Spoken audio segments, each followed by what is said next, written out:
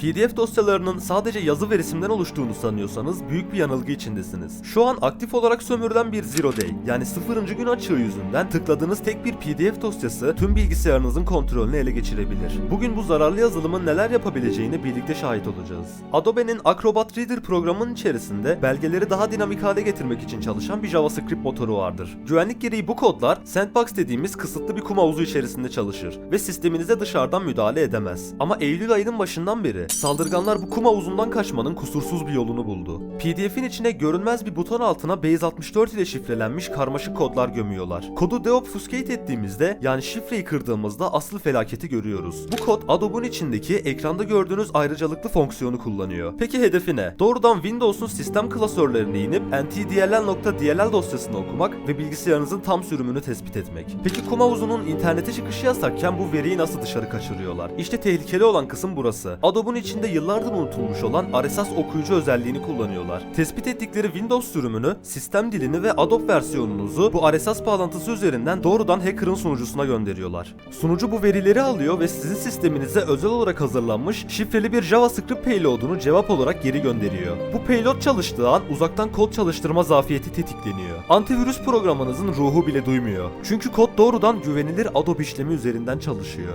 Sonuç olarak güvenlik yamaları tam oturana kadar kaynağını bilmediğiniz hiçbir PDF'i açmayın. Eğer çok ihtiyacınız olursa da online bir PDF görüntüleyici kullanmanızı öneririm. Haberi olmayanları uyarmak için videoyu paylaşabilirsiniz. Güvende kalın.